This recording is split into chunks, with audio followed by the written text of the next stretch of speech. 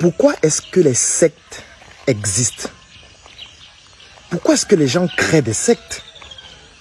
Je me suis posé cette question parce que depuis plusieurs années, je suis approché par des personnes qui souhaitent que je rejoigne des sectes, des courants de pensée dans lesquels on fonctionne d'une certaine manière.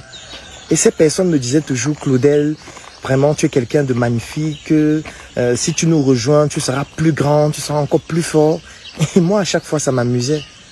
Parce que lorsque je regardais la personne qui me proposait cela, je lui disais toujours, tu ne m'impressionnes pas intellectuellement, tu ne m'impressionnes pas économiquement, tu ne m'impressionnes pas sur le plan financier, tu ne m'impressionnes pas sur le plan des biens matériels. Et même lorsque c'était le cas, c'est-à-dire lorsque la personne qui me proposait cela avait un ascendant visible sur moi en ce qui concerne les biens, l'économie, l'intelligence, lorsque je faisais une relation de cause à effet ou alors une corrélation entre mon niveau actuel et le niveau qu'il a et le temps que ça va me mettre pour avoir peut-être son niveau, je me rendais compte qu'en réalité, dans très peu de temps, j'aurai un niveau supérieur à ce qu'il a actuellement. Ce qui fait en sorte que ça ne m'impressionnait pas. Et moi, je leur disais toujours, tu ne peux pas me proposer de venir rejoindre un mouvement pour être plus grand, alors que toi qui es en train de me proposer ça, tu es plus médiocre que moi. Donc, pour moi, je n'ai jamais trouvé ça pertinent. Je me disais, voilà, allez faire vos choses. Moi, ça ne me concerne pas. Moi, ça ne m'intéresse pas, de toutes les manières. Et à chaque fois, il y a beaucoup de personnes qui venaient me proposer cela, qui me proposaient vraiment, Claudel, on te suit en ligne, si tu nous rejoins, telle chose va se produire. Il y a notre grand maître qui fait ceci, qui fait cela. Je dis vraiment, votre grand maître ne m'intéresse pas. Allez faire en sorte qu'il vous transforme en des personnes riches, millionnaires et tout ce que vous voulez. Moi, je sais ce que je vaux. Je n'ai pas besoin d'intégrer ce genre de choses pour réaliser ce que j'ai envie de réaliser. Je sais exactement ce que je dois faire pour réaliser ce que je dois réaliser. Et ce que je dois faire dépend d'une seule chose, de ce que j'ai dans ma boîte crânienne qui s'appelle le cerveau, qui est l'énigme la plus puissante de l'humanité. Et j'ai appris à l'utiliser. Et grâce à ça, ça me permet de réaliser ce que j'ai à réaliser. Je n'ai pas besoin de ton grand maître, ni de toi, qui ne m'impressionne pas et qui est médiocre. Et tu dois même travailler, tu dois étudier, parce que tu as encore un cancre. Et cancre, c'est un euphémisme. Après, je ne m'intéressais plus trop à ça. Je continuais mon aventure entrepreneuriale. Et quand j'ai continué, je me suis rendu compte qu'en réalité, notre société fonctionne avec des cercles ésotériques, avec des sectes, avec des mouvements de pensée, avec des groupements, avec des communautés. Et de manière, j'ai envie de dire, subtile, ces personnes ont voulu me démontrer que si tu ne rejoins pas ce que nous faisons, tu ne vas pas progresser. Tu ne vas pas réussir dans ce que tu veux faire. Et je commençais à voir comment les opportunités commençaient à me fermer les portes dans certains segments de marché.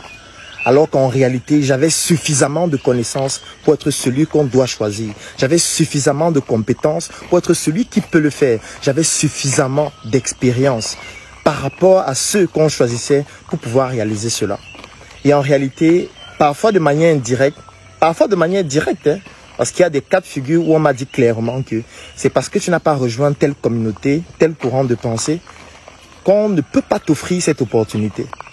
Et là, je commençais à comprendre qu'en réalité, notre société était structurée en communauté, en courant de pensée, en pan d'idées, en secte même, s'il faut utiliser l'expression, et que si tu ne rejoins pas ces communautés, ces courants de pensée, il y a certaines opportunités que tu ne peux pas saisir.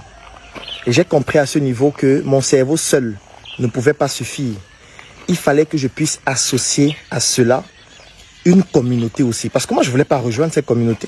Parce que vous devez vous imaginer que pour rejoindre certaines communautés, certains courants de pensée, certaines sectes, il y a des pratiques incroyables parfois qu'il faut faire. Et moi, je ne me voyais pas en train de me compromettre pour arriver à un certain niveau, alors que je sais que j'ai les compétences pour y arriver sans avoir à faire cela. Donc, je m'étais dit, je ne vais pas rejoindre ce que vous faites. Ça ne m'intéresse pas, mais je vais trouver un autre moyen de le faire. Ce qui a fait en sorte que la plupart des projets que j'avais n'ont pas pu fonctionner de manière optimale. J'ai plusieurs projets que j'ai eu à implémenter avant les projets que les gens découvrent aujourd'hui. J'ai eu à échouer dans tellement de projets avant à cause de ça. Et je me suis donc dit, à partir de 2016, que je ne veux plus commettre la même erreur. Il faut que je puisse trouver un moyen de pallier à cette difficulté, à ce challenge, à cette route qu'on est en train de j'ai envie de dire qu'on est en train de fermer, et surtout à ces opportunités qu'on est en train de m'empêcher de saisir. Et en 2016, je me dis, il faut que je crée la Startup Academy. Il faut que je crée un mouvement, un courant de pensée où tout le monde aura l'opportunité de s'en sortir, de réussir, s'il est compétent, s'il comprend exactement comment faire pour bénéficier des opportunités qu'on peut retrouver dans une communauté. Au départ, la Startup Academy était une toute petite association qui comportait un seul membre, et ce membre, c'était moi. Je faisais mes petites conférences dans les villes de Yaoundé, dans les villes de Douala. J'essayais de partager ma passion avec les autres en ce qui concerne l'entrepreneuriat. Je partageais mes échecs. C'est-à-dire, j'expliquais aux gens, voilà les projets que j'ai eu à faire, je n'ai pas réussi. Voilà tel autre projet que j'ai eu à faire, je n'ai pas réussi. Aujourd'hui, je suis en train de vouloir faire ça. Je ne sais pas si je vais réussir, mais au moins, je sais quelque chose. Si on n'est pas ensemble, ça ne va pas fonctionner. Parce qu'avec les autres projets, on m'a fermé les portes. Pas parce que je n'étais pas compétent, pas parce que je n'avais pas d'expérience, mais parce que je n'étais pas dans la communauté qu'il faut. Je n'étais pas dans le courant de pensée qu'il faut. Aujourd'hui, je veux qu'on crée notre courant de pensée ensemble. Je veux que vous et moi, on ne puisse plus être moi, mais on puisse être nous.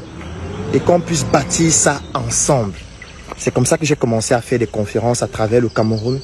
J'étais tout seul. Après, il y a beaucoup d'autres personnes qui ont rejoint l'aventure. Nous avons créé notre association.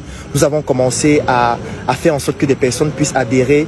Et les critères étaient très simples. Si tu adhères à notre courant de pensée, si tu es fan d'entrepreneuriat comme nous, si pour toi le patriotisme économique c'est quelque chose qui te parle, si pour toi contribuer à la croissance et au développement de l'Afrique, c'est une thématique qui t'est sensible, tu peux nous rejoindre. Il n'y avait pas une condition selon laquelle on va aller au bureau, la nuit à 23 h, on va aller dans un cimetière, non. Si tu avais ces conditions et si tu avais la capacité de payer le montant de l'adhésion, ce qui est le cas dans toute association. Les frais d'adhésion au départ coûtaient 40 000 francs. Tu payais 10 000 francs pour l'inscription et 30 000 francs. C'était la cotisation annuelle. On te donnait 2 mois pour pouvoir payer cela. Et puis tu renouvelais cela tous les 12 mois. Parce qu'il fallait aussi qu'on puisse avoir ces moyens de la communauté pour, par exemple, gérer les charges fixes et variables. C'est comme ça que nous avons commencé à progresser petit à petit avec notre association. En créant une association, ce n'est pas parce qu'on n'a pas de projet. Ce n'est pas parce qu'on n'a pas des projets de créer des usines, des industries, non. C'est parce que j'avais compris avec mes précédents échecs que sans communauté, c'est impossible. Parce que j'avais échoué dans mes précédents projets, parce qu'on me fermait la voie à toutes les opportunités, parce que je ne faisais pas partie des communautés, je ne voulais pas les rejoindre. Et c'est ainsi que les problèmes commencent.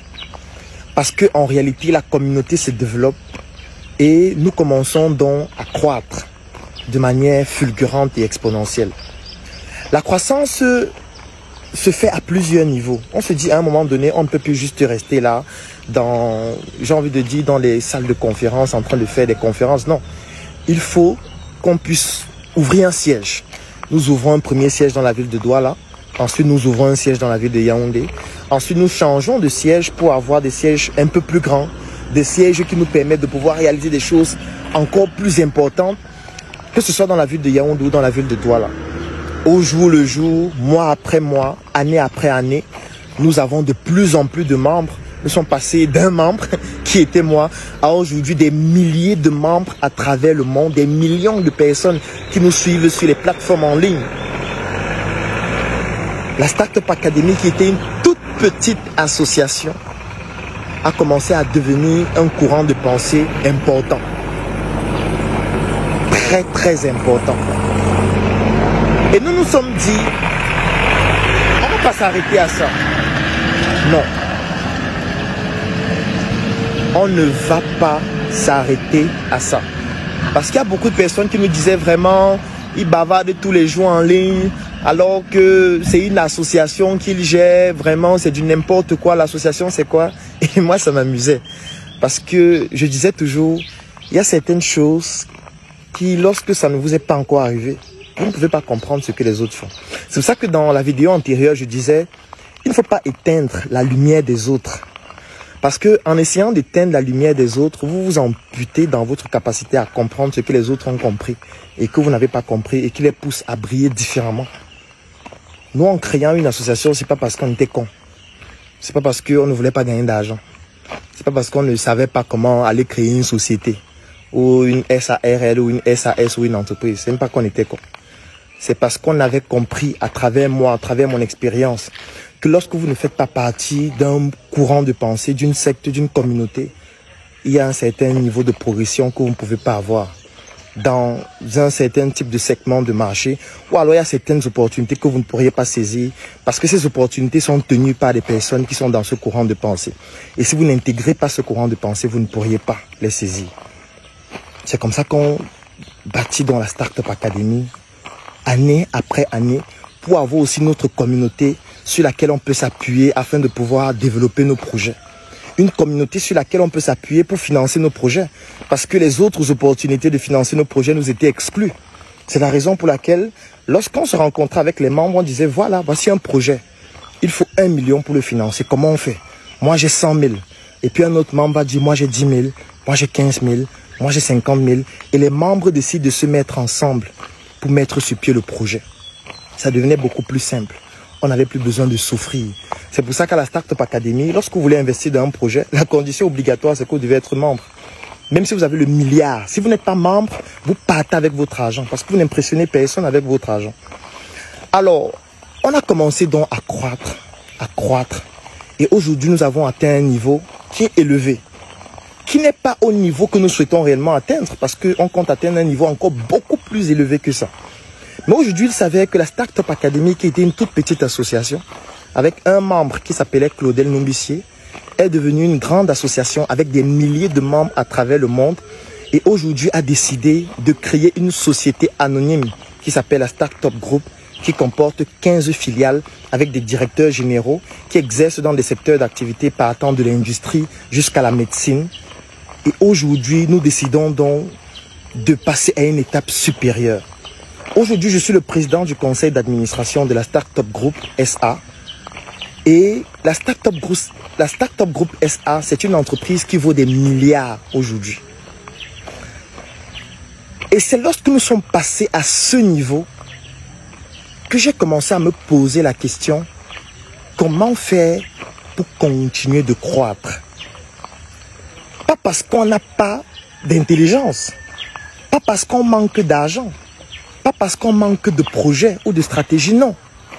Comment est-ce qu'on fait pour continuer de croître en préservant le patrimoine de l'entreprise sans se faire arnaquer, sans faire en sorte que quelqu'un puisse détruire tout ce que nous avons bâti depuis des années? Et à partir de cet instant, vous comprenez qu'il y a certaines informations que vous ne pouvez pas transmettre à n'importe qui. Et c'est là où ma réflexion sur l'existence des sectes et des courants de pensée est revenue. Je vais vous prendre un exemple. Lorsque je fais une vidéo comme celle-ci, chaque matin, je fais minimum 20 km de marche ou de footing. Et lorsque je fais mon footing ou ma marche, à la fin, je réalise en général une vidéo depuis quelques mois déjà. D'ailleurs, depuis des années, sur Internet, je publie des vidéos. Sur ma chaîne YouTube, ou plutôt sur la chaîne YouTube de la Startup Academy, nous avons près de 800 vidéos. Sur les 800 vidéos, pratiquement 700 sont les miennes. Sur ma page Facebook, il y a plus de 1000 vidéos. Et sur les 1000 vidéos, pratiquement 850 sont les miennes. Pourquoi est-ce que je publie des vidéos régulièrement? C'est parce que si mon niveau de connaissance est évalué à 100, dans une vidéo, je vais transmettre 15 ou 20 maximum. Tout naturellement. Pourquoi est-ce que je le fais? C'est parce que je me dis, il y a des gens qui ne peuvent pas me rencontrer physiquement. Il y a des personnes qui ne sont pas au Cameroun, qui sont dans d'autres pays. Il y a des personnes qui voudraient bénéficier de mes connaissances minuscules, mais qui ne peuvent pas le faire directement. Il y a des personnes qui n'ont pas les moyens pour me rencontrer parce que moi, par exemple, une consultation d'1 heure, ça coûte 1000 €. C'est une seule heure de consultation. Et le prix augmente pratiquement tous les 6 mois. Alors, ce qui se passe, c'est quoi? C'est que, ayant compris que nous sommes en Afrique et qu'en Afrique, tout le monde n'a pas les moyens, il y a une proportion beaucoup plus importante qui n'a pas de moyens, mais qui a besoin quand même d'informations stratégiques pour se lancer. Pas forcément des informations extraordinaires, qui a besoin qu'on lui explique comment est-ce qu'avec très peu d'argent, tu peux lancer un projet. Comment est-ce que tu peux même lancer un projet sans financement? Tous les jours, on tire sur moi, oh vraiment, c'est un charlatan, c'est un bandit, il raconte des bêtises. Est-ce qu'on peut lancer un projet sans financement? Moi, ça m'amuse. Parce qu'en réalité, quand je fais mes vidéos, je m'adresse à ceux qui n'ont pas fréquenté. C'est pour ça que le slogan de la Startup Academy, c'est l'art d'innover sans diplôme. Je m'adresse à ceux qui n'ont pas eu l'opportunité de faire des études comme vous. Je m'adresse à ceux qui n'ont pas de moyens, à ceux qui n'ont même pas de compte bancaire, à ceux qui se baladent dans la rue, à ceux qui sont des vendeurs ambulants, qui n'ont pas beaucoup d'argent, qui vont prendre 100 francs pour mettre des datas, qui ne pourront même pas regarder des images. Et qui parfois vont se dire, vraiment, ce gars, peut-être il peut me donner une information qui peut m'aider à mieux faire ce que je fais. C'est à eux que je m'adresse quand je fais mes vidéos. Ceux qui ont les masters, ceux qui ont les doctorats, ceux qui sont à Harvard, ceux qui sont à la Sorbonne, qui sont les plus intelligents du monde, désabonnez-vous de ma page. Allez sur la page de Elon Musk ou je ne sais pas de qui est peut-être à votre niveau, il va vous dire des choses qui correspondent à ce que vous connaissez. Moi, je m'adresse au bas peuple, je m'adresse à celui-là qui a envie de prendre une corde, de se suicider parce qu'il se dit qu'il n'y a plus d'opportunité pour lui. C'est à lui que je m'adresse pour lui faire comprendre, n'abandonne pas. Moi aussi, j'ai été dans une situation comme toi et j'ai pu m'en sortir. Voici comment j'ai fait. Je n'ai pas fait de miracle. Je suis au Cameroun, je ne suis jamais allé à l'étranger. J'ai fréquenté ici toutes mes études. Ça veut dire que si j'ai pu le faire ici, ça veut dire que toi aussi tu peux le faire. Ça veut dire que même si tu n'as pas d'argent, au moins tu peux te connecter sur Internet, tu regardes des vidéos.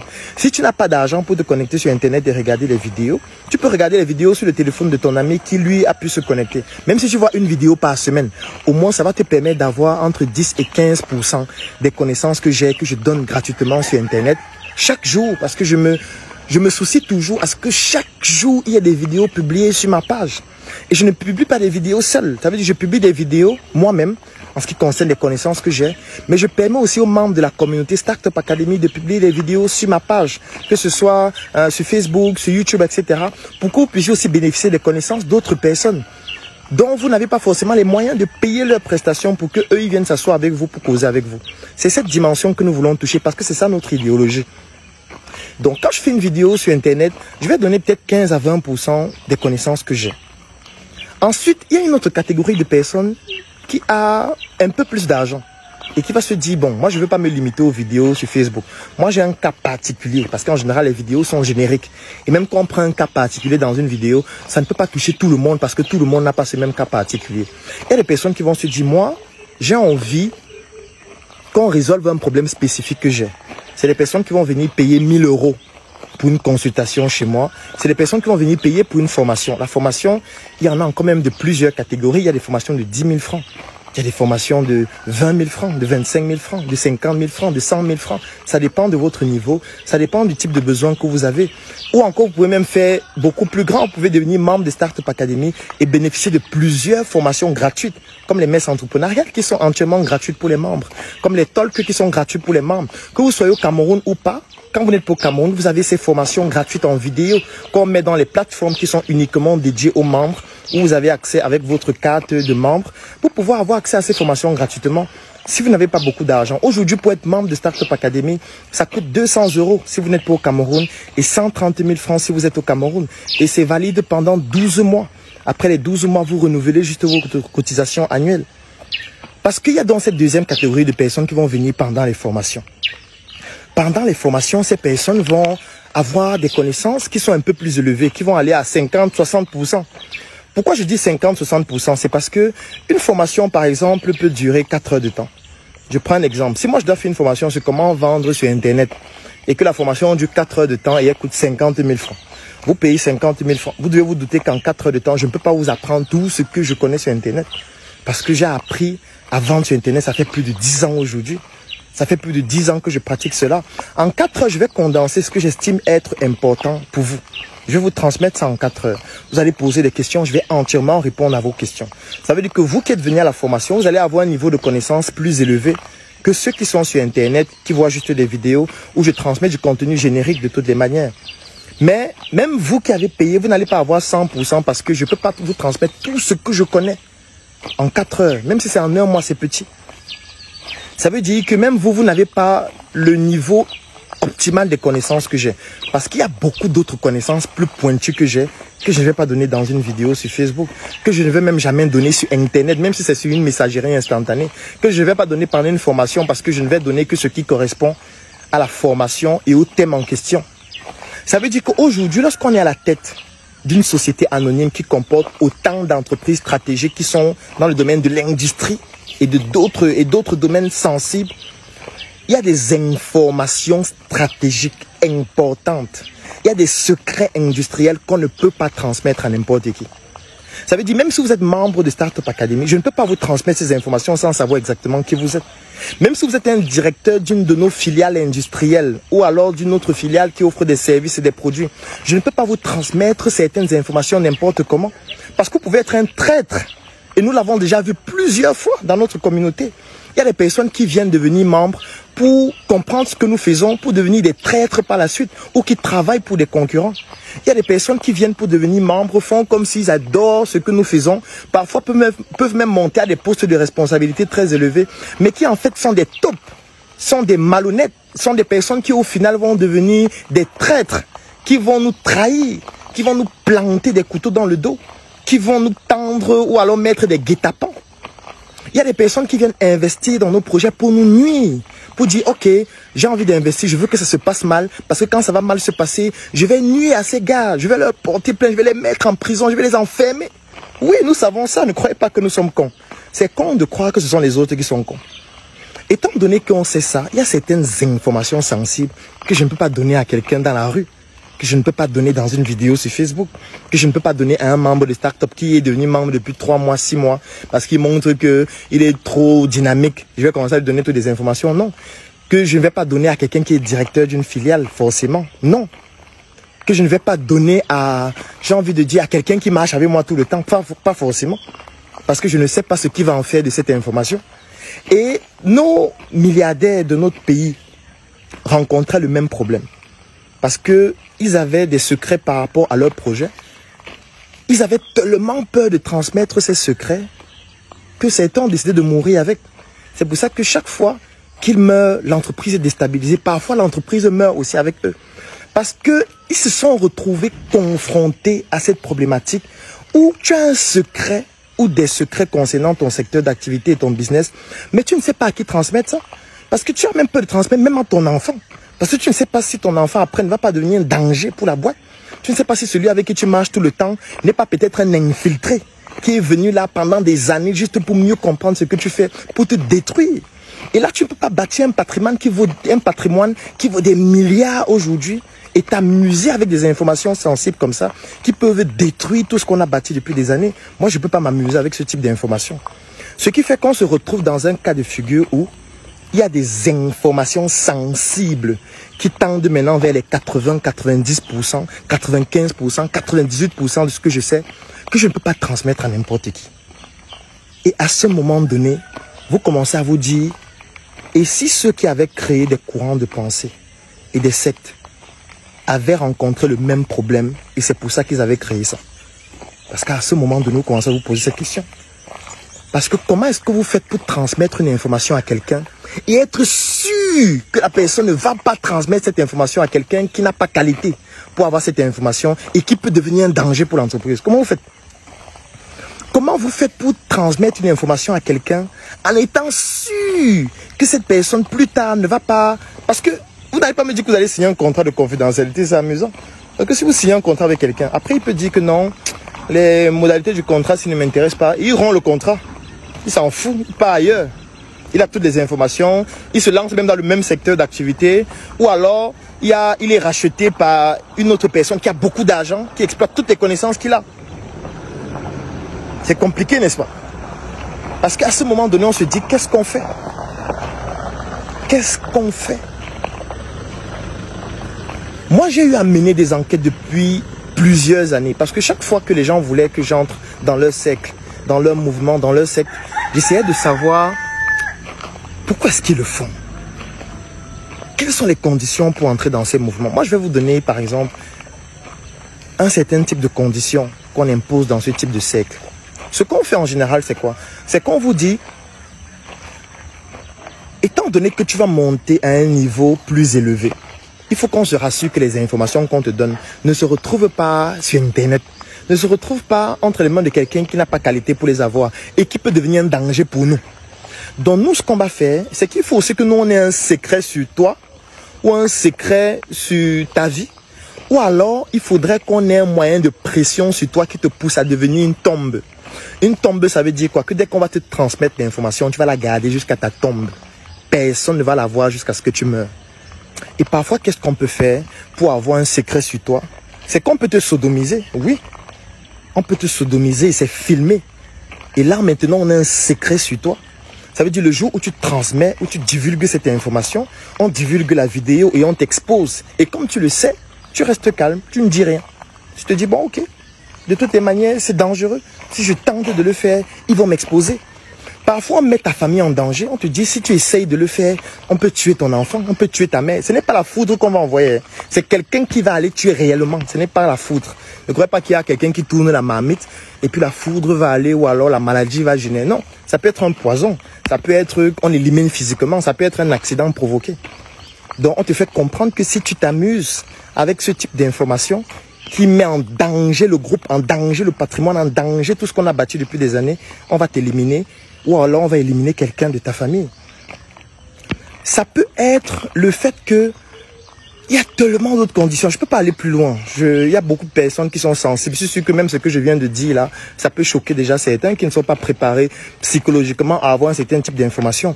Mais je veux vous mettre dans la peau de quelqu'un qui se retrouve dans ce cas de figure. Qu'est-ce qu'on fait?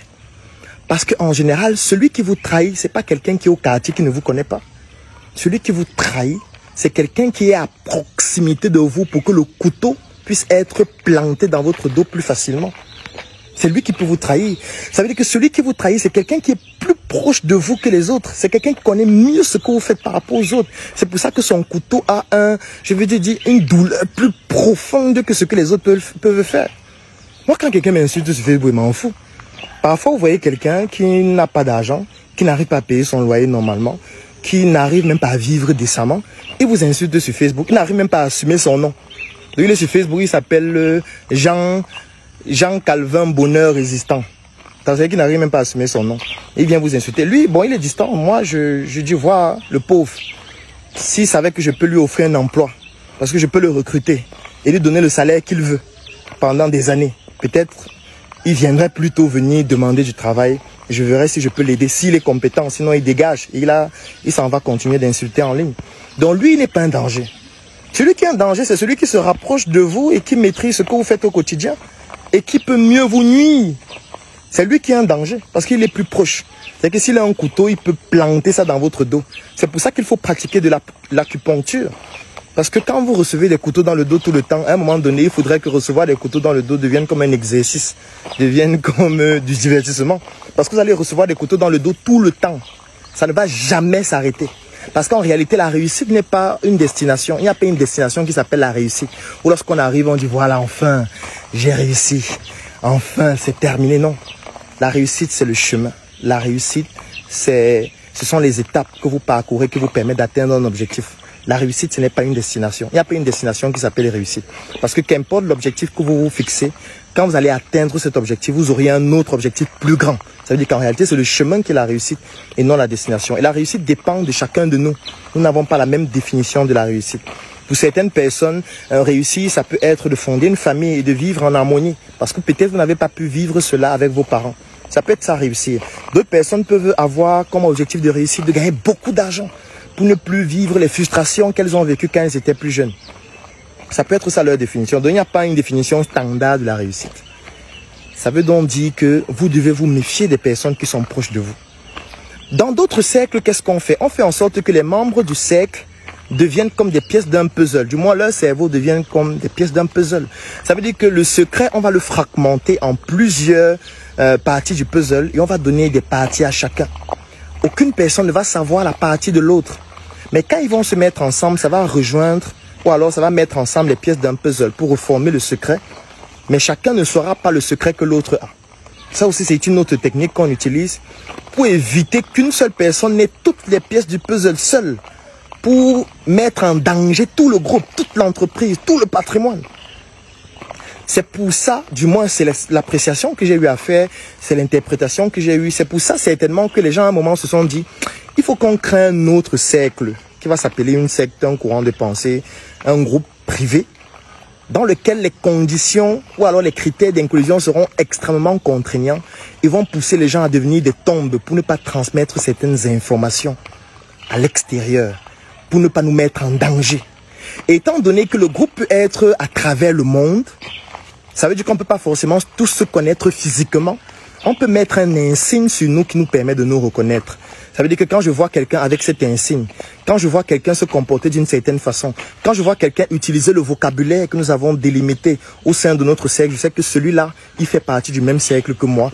Ça veut dire que si je le rencontre, je peux lui donner certaines informations. Parce qu'en réalité, nous avons des codes que nous avons créés dans notre cercle pour éviter que ces informations ne se retrouvent dans des endroits dangereux. Vous, que feriez-vous si vous étiez à la tête d'un groupe qui vaut des milliards et pour lesquels vous avez des informations sensibles que vous ne pouvez pas transmettre à n'importe qui? Que feriez-vous? Si vous avez une solution en commentaire, mettez la solution en commentaire. Dites peut-être je ferai ceci, je ferai cela. Et puis on va débattre, on va voir. D'autres personnes vont venir dire ce qu'elles pensent. Peut-être il y a une autre solution pertinente que vous avez. C'est le moment de la partager avec les autres. Peut-être moi aussi je vais en apprendre beaucoup. C'est clair que j'ai des solutions. Vous devez vous en douter que je ne vais pas donner ces solutions dans une vidéo. Si vous aussi vous trouvez que vous ne voulez pas donner vos solutions dans la vidéo, ne le faites pas. C'est pas obligatoire. Comme cette vidéo n'est pas obligatoire à regarder. C'est une vidéo qui a été longue, ça fait plus de 30 minutes. Mais c'était nécessaire pour que vous puissiez comprendre à quel point parfois on peut être amené à un niveau de responsabilité qui nous pousse à poser des actions que le commun des mortels ne comprend pas. Ce n'est pas parce qu'on est con, parce que c'est con de croire que ce sont les autres qui sont cons. Un travail pro commence par un pro en SM. Change toute ta garde-robe, remplace tout par SM de la tête aux pieds. Désormais tu t'habilles en SM, un avenir propre commence par un style en SM. Par un style en SM.